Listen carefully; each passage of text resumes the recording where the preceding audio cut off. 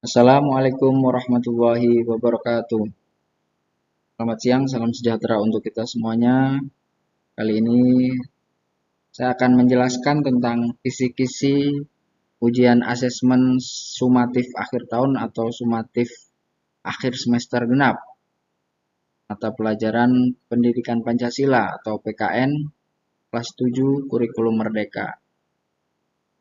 Intinya selain kalian mendengarkan atau memahami kisi-kisi ini, kalian juga tetap belajar bab 4 sampai bab 6 ya.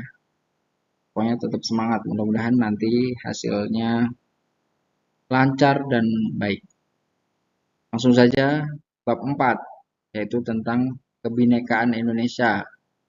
Yang pertama, faktor penyebab keberagaman, yaitu letak strategis Indonesia, di mana Indonesia itu diapit oleh dua benua dan dua samudra, benua Australia dan Asia, Samudra Hindia dan Samudra Pasifik. Karena letak strategis tersebut, pada zaman dahulu Indonesia merupakan salah satu tempat untuk jalur perdagangan dunia melalui jalur kapal laut. Sehingga banyak orang dari luar negeri yang berdatangan ke Indonesia, sehingga semakin beragamlah masyarakat Indonesia. Yang kedua, perbedaan kondisi alam.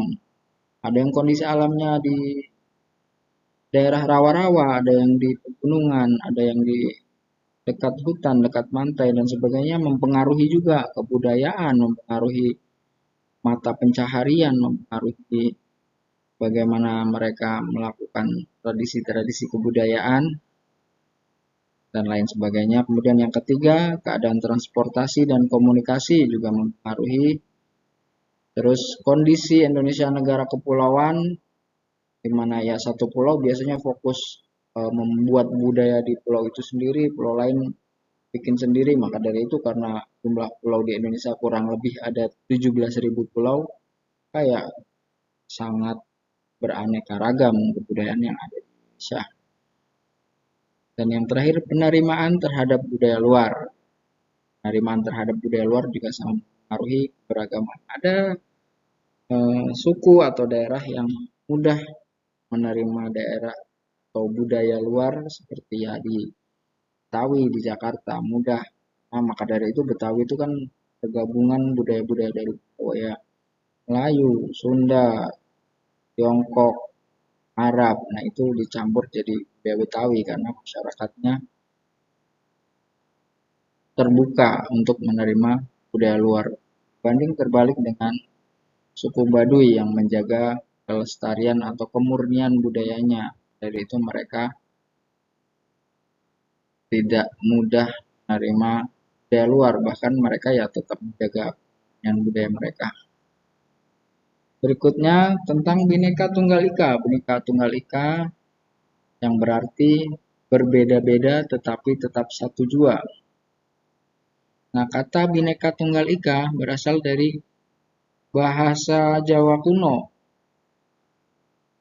yang ada pada kitab Sutasoma yang ditulis oleh Empu Tantular pada zaman Kerajaan Majapahit.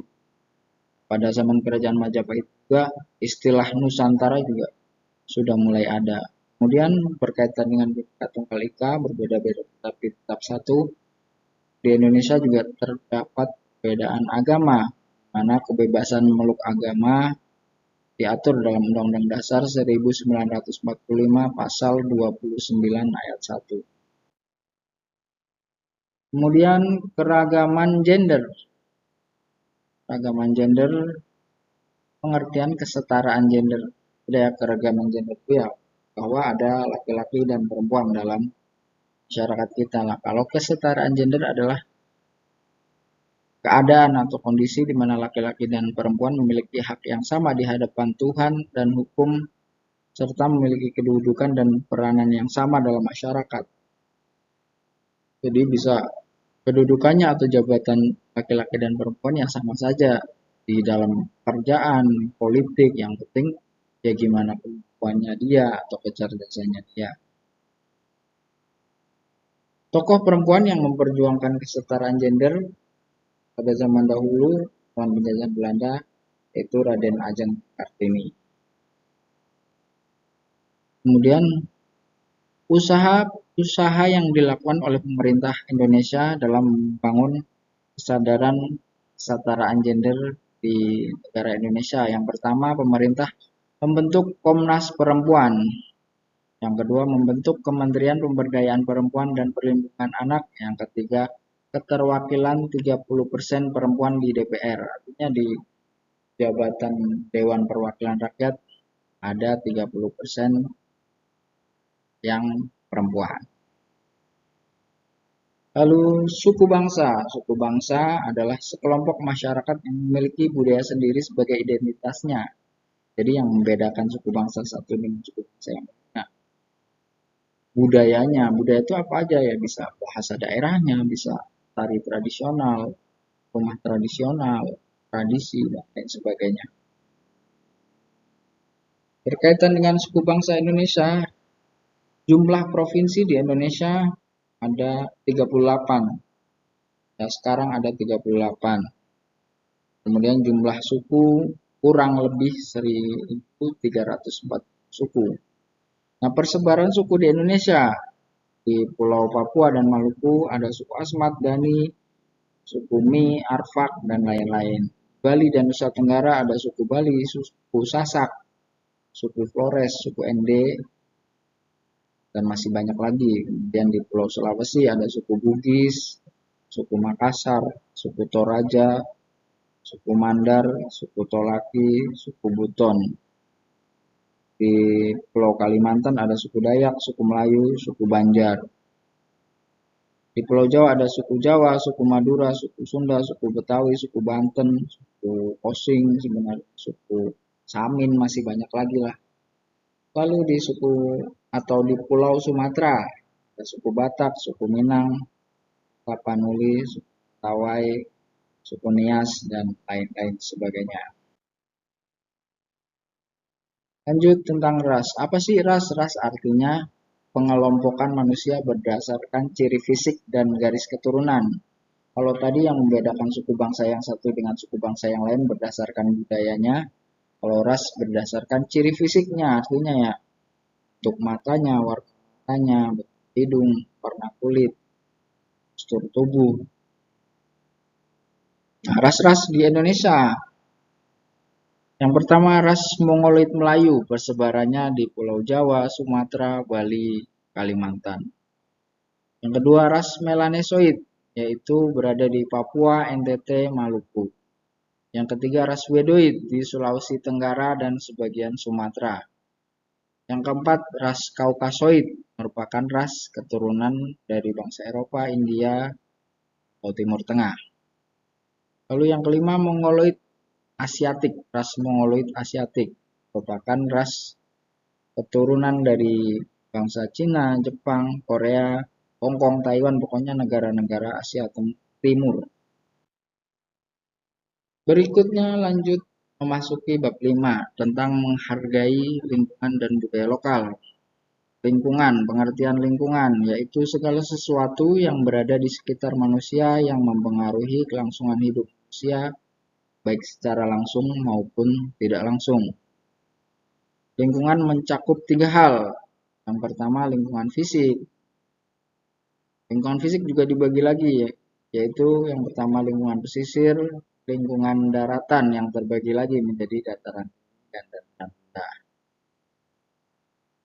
Lingkungan yang kedua, yang pertama kan fisik, yang kedua flora dan fauna, artinya ya tumbuh-tumbuhan dan hewan.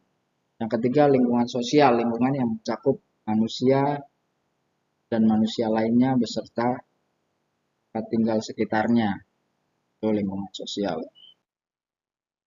Berikutnya mengenai budaya lokal, terbagi menjadi 4. Yang pertama situs lokal, yaitu tempat yang memiliki nilai sejarah atau riwayat tertentu.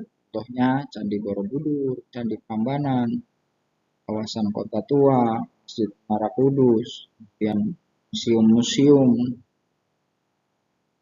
Monas juga termasuk, Masjid Istiqlal, pokoknya memiliki nilai sejarah atau riwayat tertentu. Yang kedua, tradisi lokal. Tradisi atau kebiasaan yang ada di masyarakat yang terkait dengan siklus kehidupan. Baik siklus kehidupan yang bisa tradisi kelahiran, pernikahan, kematian, pun hari keagamaan. Yang ketiga, kesenian tradisional, budaya yang berhubungan dengan kesenian daerah. Contohnya, seni mocopatan adanya di Jawa Tengah, seni hikayat di Aceh, seni lamut di Kalimantan, seni ludruk di Jawa Timur, dan masih banyak lagi. Yang keempat, permainan tradisional.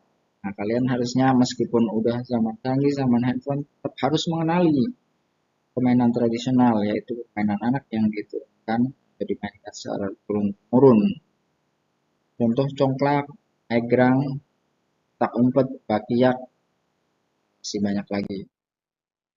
Kemudian produk dan jasa lokal terbagi menjadi tiga. Yang pertama kerajinan masyarakat, yaitu kerajinan tangan yang bernilai seni. Contoh tas noken Papua, kain songket Palembang, piring rotan, centong nasi dari Batok Kelapa, dan lain-lain.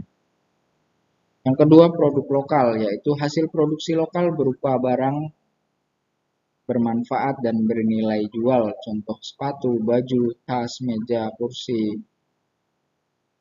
dan masih banyak lagi. Lalu yang ketiga jasa lokal. Jasa ya tenaga dan keahlian yang menghasilkan uang. Contohnya fotografer, rias pengantin, ojek, laundry. Nah itu yang kita pilih yang jasa tersebut diberikan oleh masyarakat lokal. Lalu berikutnya apresiasi atau bagaimana cara kita menghargai lingkungan dan budaya lokal. Ada 4 cara. Yang pertama aktif melakukan. Contohnya ya kita ikut latihan silat, ikut tari tradisional, ikut kesenian palang pintu. Yang kedua aktif mengkonsumsi. Nah kita saat jajan atau makan, beli makanan, lebih makan beli produk lokal, makanan Nusantara, makanan tradisional. Yang ketiga aktif menggunakan. Ini kaitannya dengan produk lokal, menggunakan tas lokal, baju brand lokal, celana sepatu brand lokal. Yang keempat aktif mengembangkan. Kita aktif nih bikin event, bazar untuk barang-barang lokal, aktif menghias kampung kita biar bisa terekspos usaha-usaha lokal dari masyarakat sekitar. Berikutnya bab 6, bab terakhir, bekerja sama dan bergotong royong. Kerjasama. Kerjasama kaitannya dengan pendapat dari ahli filsafat dari Yunani nama Aristoteles. Beliau berpendapat bahwa manusia adalah zoon politikon yang artinya makhluk sosial atau bergantung satu sama lain. Jadi semandiri apapun kalian, sekaya apapun kalian ya tetap dalam beberapa hal tertentu pasti membutuhkan bantuan manusia lainnya. Nah, pengertian kerjasama. Kerjasama adalah kegiatan atau usaha yang dilakukan beberapa orang untuk mencapai tujuan bersama. Ada 3 unsur berarti dari kerjasama. Pertama harus ada kegiatannya. Yang kedua dilakukan oleh beberapa orang. Jadi kalau satu orang ya enggak termasuk kerjasama. Kalau 2 orang atau lebih. Yang ketiga terus untuk tujuan bersama. Kalau tujuan satu orang ya bukan kerjasama. Nilai penting dari kerjasama dan gotong royong. Ya, ini mah gampang ya sebenarnya ya. Sesuatu yang ada di aktivitas kerjasama atau gotong royong. Saling memahami, saling menghargai, saling membantu, saling mengatasi kekurangan dan kebersamaan. Nah, bagian ini mah nggak usah dipelajari. Kemudian gotong royong. Gotong royong itu kan budaya kerjasama yang sudah mengakar bangsa Indonesia yang sesuai dengan sila ketiga Pancasila, yaitu Persatuan Indonesia. Istilah-istilah gotong royong ada di berbagai daerah, ada istilahnya sendiri. Seperti di Jawa, istilahnya gugur gunung, ada juga sambatan. Di Batak, Marsia Dapari, di Bali Ngayah, di Minang ada Manunggal Sakato, di Sunda ada Rereongan, di Minahasa ada Mapalus, pokoknya masih banyak lagi. Revolusi mental, revolusi mental. Kaitannya dengan kerjasama, ada istilah yang dicetuskan oleh Insinyur Soekarno di pidato-pidatonya, revolusi mental, yaitu suatu gerakan untuk menggembleng manusia Indonesia agar menjadi manusia baru yang berhati putih, berkemauan baja, bersemangat elang Raja Wali, berjiwa api yang menyala-nyala. Elemen atau unsur dari revolusi mental ada 3. Pertama, integritas. Integritas itu ya kita jujur dan tidak korupsi, tidak mengambil keuntungan pribadi. Yang kedua, gotong royong. Yang ketiga, etos kerja. Kerja keras lah, semangat kerja demi bangsa kita. Yang berikutnya, yang terakhir, landasan karakter kerjasama dan gotong royong. Yang pertama, karakter biru, olah hati, yaitu karakter yang damai dan yang kedua, karakter hijau atau olah pikir, yaitu karakternya teliti, akademis, pokoknya berhubungan sama pengetahuan kognitif. Yang ketiga, karakter kuning, karakter olahraga, yaitu karakter yang teguh dan disiplin. Yang keempat, terakhir, karakter merah, olah rasa dan karsa, yaitu karakter yang kreatif dan komunikatif. Oke, segitu saja yang saya sampaikan terkait kisi-kisi ujian sumatif akhir semester 2 ini. Mudah-mudahan kalian bisa memahaminya. Saya harap kalian bisa semangat terus dan mengerjakan dengan sejujur-jujurnya. Saya lebih menghargai nilai kalian biasa-biasa aja, tapi kalian jujur dibanding nilai kalian tinggi, tetapi kalian tidak jujur mengerjakan. Jadi usahakan dalam mengerjakan ujian kalian kerjakan sejujur-jujurnya dari hasil kalian sendiri. Yaudah gitu aja, semangat belajarnya. Sekian dari saya. Wassalamualaikum warahmatullahi wabarakatuh.